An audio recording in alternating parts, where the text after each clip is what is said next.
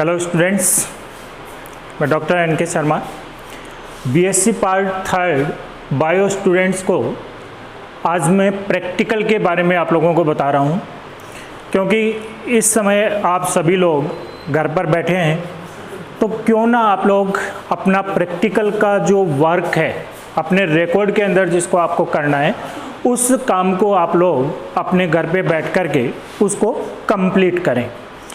Practical आप लोगों का किस प्रकार से होगा, कौन कौन सी पार्ट उसके अंदर होंगे। तो स्टूडेंट्स, सबसे पहले आप लोग एक प्रैक्टिकल रिकॉर्ड अपना खरीद लीजिए जिसके अंदर दोनों टाइप के पेज हों, एक वाइट पेज और एक लाइनदार, यानी दोनों प्रकार के पेज उस प्रैक्टिकल रिकॉर्ड के अंदर हों। वो प्रैक्टिकल रिकॉर्ड आप लोग खरीद लीजिए। और उसके बाद कुछ जो पार्ट हैं जो इस प्रकार के हैं जिनको हमें लैब में करने की आवश्यकता नहीं होती है, तो उन कार्य को आप लोग अपने प्रैक्टिकल रिकॉर्ड के अंदर कंप्लीट कर सकते हैं।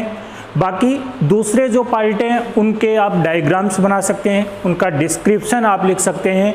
जैसे ही क्लासेस स्टार्ट होंगी आपको प्रैक्टिकल वर्क जो है वो लैब के अंदर करवाया जाएगा। तो इसमें आप लोगों के सिलेबस में क्या क्या चीज़ें होंगी, कौन कौन से प्रैक्टिकल्स आपके होंगे, उनके बारे में कुछ डिटेल्स के अंदर मैं आप लोगों को बता रहा हूँ। जैसा आप लोगों को पता है कि आपके बीएससी पार्ट थर्ड के अंदर बॉटनी के 3 पेपर आप लोगों के चलते हैं और उन तीनों ही पेपर का प्रैक्टिकल वर्क जो है वो आप लोगों को करना होता है। ये 3 पेपर कौन से हैं? पहला जो पेपर है उसमें आपको plant morphology and anatomy, morphology and anatomy, ये वाला जो पेपर है इसका वर्क आप लोगों को करना है। सेकंड जो पेपर है वो सेकंड पेपर है ecology and economic botany, ecology and economic botany, ये पार्ट होगा। और थर्ड जो पेपर पार्ट है उस थर्ड पेपर पार्ट के अंदर आपका होगा embryology and taxonomy, taxonomy and embryology of angiosperm. ये 3 पेपर आपके हैं और इन तीनों ही पेपर में से प्रैक्टिकल का जो वर्क है वो आप लोगों को करना है।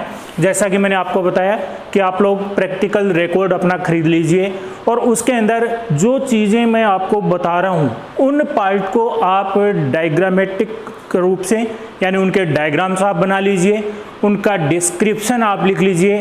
प्रैक्टिकल बुक जो है जैसी भी आपको मार्केट से अवेलेबल हो या आपके सीनियर से अगर आपको प्राप्त होती हैं तो उस तरीके से, यानी उनको आप मैनेज करके, और ये काम प्रैक्टिकल रिकॉर्ड का जो कार्य है वो आप लोग करेंगे। अब इस प्रैक्टिकल रिकॉर्ड में आप लोगों का सिलेबस क्या रहेगा, क्या क्या चीज़ें इसके अंदर आप लोगों को करनी है। तो सबसे पहला जो पार्ट मैं आपको बता रहा हूँ इसमें जो मॉर्फोलॉजी और एनाटॉमी वाला जो वर्क है, मॉर्फोलॉजी एंड एनाटॉमी, इस पार्ट के अंदर मेनली आप लोगों को स्टेम, रूट और लीफ, इन तीनों पार्ट की इंटरनल जो मॉर्फोलॉजी है यानी इनकी जो एनाटॉमी है उनके डायग्राम्स आपको बनाने हैं। और ख़ास करके एनाटॉमी पार्ट के अंदर हमें उन स्टेम्स के डायग्राम्स बनाने हैं जिनको प्रैक्टिकल के अंदर तो हम सेक्शन कटिंग करके उनको देखेंगे। तो इनमें मुख्य रूप से वो स्टेम्स जिनके अंदर एबनॉर्मल सेकेंडरी ग्रोथ पाई जाती है। एबनॉर्मल सेकेंडरी ग्रोथ मीन्स यानी नॉर्मल जो सेकेंडरी ग्रोथ है उसमें सेकेंडरी जाइलम और सेकेंडरी फ्लोएम जो पार्ट है वो कैम्बियम के द्वारा फॉर्म्ड होते हैं, और प्लांट स्टेम जो पार्ट है उसकी विड्थ या चौड़ाई के अंदर उसकी वृद्धि होती है। लेकिन एबनॉर्मल का मतलब है कि इसके अंदर आप देखेंगे जो कैम्बियम पार्ट है उस कैम्बियम के एबनॉर्मल एक्टिविटी की वजह से क्या पार्ट्स उनके अंदर बन जाते हैं। जैसे इसमें आप देखेंगे कि जो जाइलम पार्ट है उस जाइलम पार्ट के बीच में फ्लोएम पार्ट का फॉर्मेशन हो जाता है, या जो मेडुला पार्ट है, पिथ पार्ट है, उस पिथ पार्ट के अंदर वेस्कुलर बंडल पाए जाते हैं, यानी मेडुलरी जो वेस्कुलर बंडल है वो प्रेजेंट होते हैं। कई बार कुछ जो स्टेम पार्ट हैं उनमें कॉर्टेक्स भाग के अंदर भी वेस्कुलर बंडल प्रेजेंट होते हैं, जिनको हम कॉर्टिकल वेस्कुलर बंडल बोलते हैं। तो इस प्रकार के जो पार्ट्स उनके अंदर प्रेजेंट होते हैं वो पार्ट्स वास्तव में हैं क्या, एबनॉर्मल सेकेंडरी ग्रोथ, इनको हम बोलते हैं एबनॉर्मल सेकेंडरी ग्रोथ पार्ट। तो स्टूडेंट्स, मुख्य रूप से एनाटॉमी के अंदर हमें जो स्टेम पार्ट करने हैं, नॉर्मल पार्ट तो हम करेंगे ही, लेकिन उन स्टेम की स्टडी हमें करनी है जिनके अंदर एबनॉर्मल सेकेंडरी ग्रोथ पाई जाती है। तो इस एनाटॉमी पार्ट के अंदर आप लोगों को क्या करना है, एक तो इनमें एनाटॉमी पार्ट के अंदर हमें डायग्राम्स बनाने हैं, मोनोकोट स्टेम,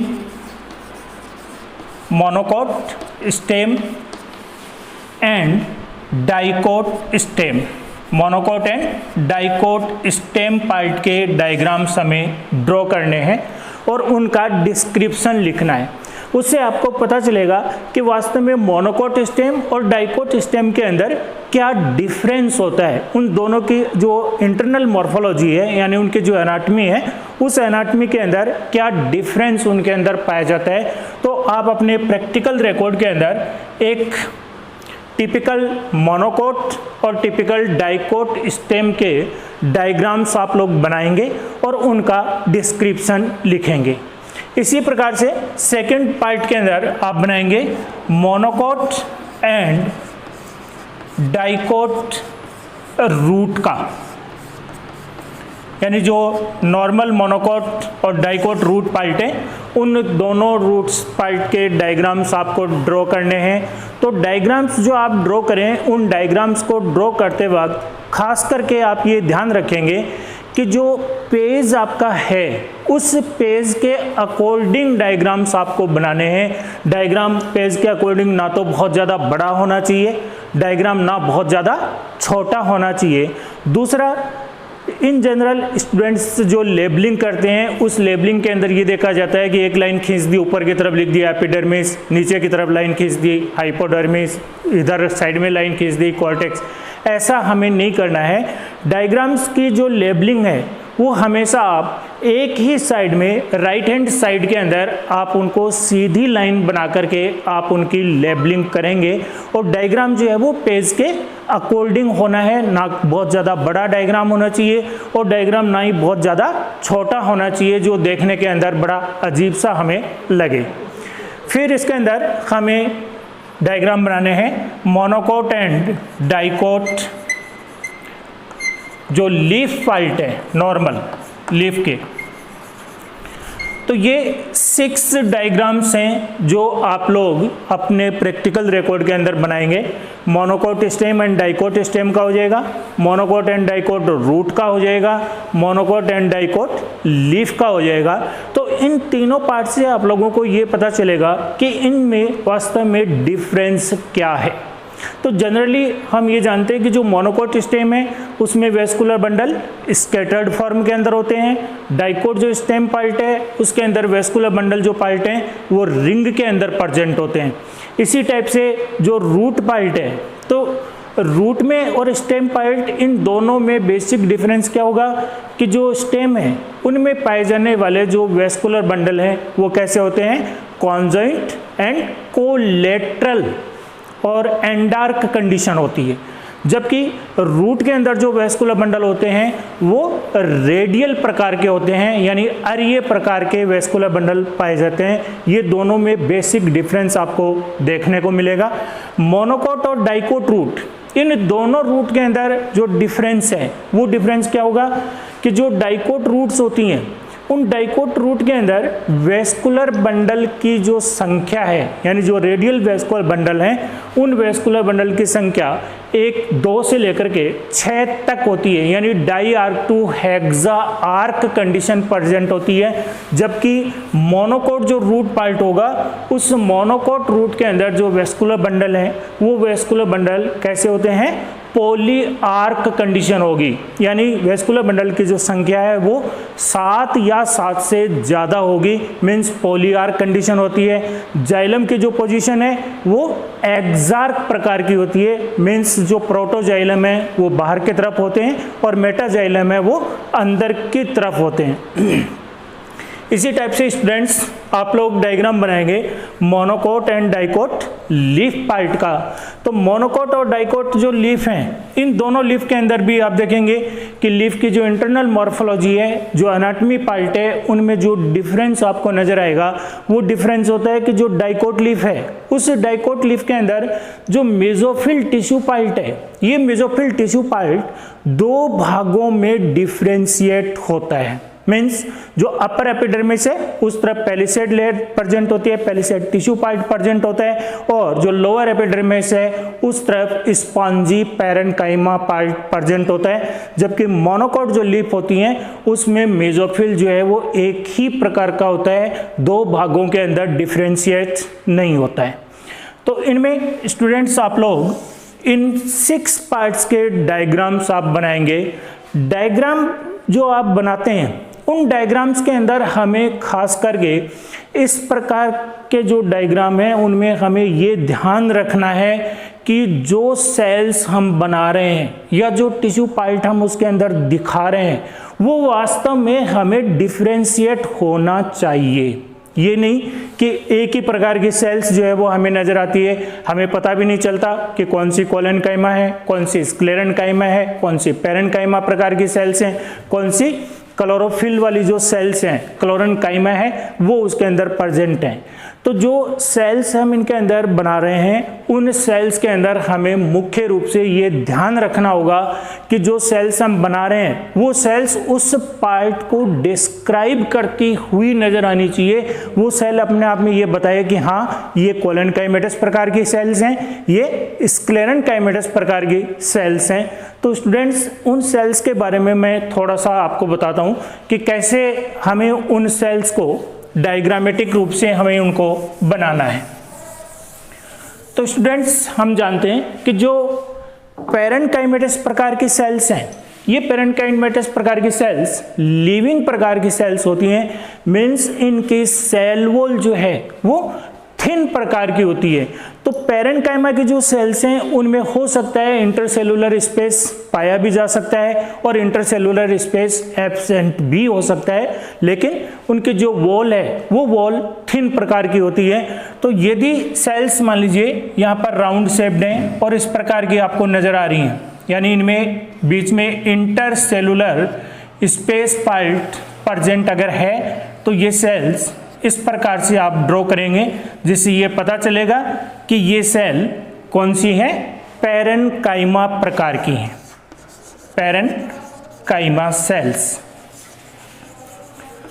दूसरा, इनके अंदर जो कोलेनकाइमा सेल्स हम बनाते हैं, तो स्टूडेंट्स कोलेनकाइमा की जो सेल्स होती हैं उन सेल्स के अंदर जहां पर 2 सेल्स के मार्जिन यानी उनके जो किनारे हैं जहां पर टच हो रहे हैं उस जगह के ऊपर डिपोजिशन पाया जाता है लिग्निन का या दूसरे सब्सटेंसेस का।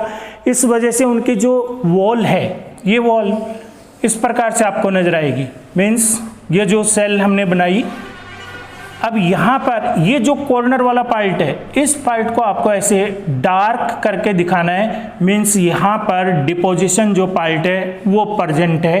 तो ये जो सेल्स बनेंगी ये सेल्स कैसी बन जाती हैं, कोलेनकाइमा प्रकार के सेल पार्ट इनको हम कहेंगे।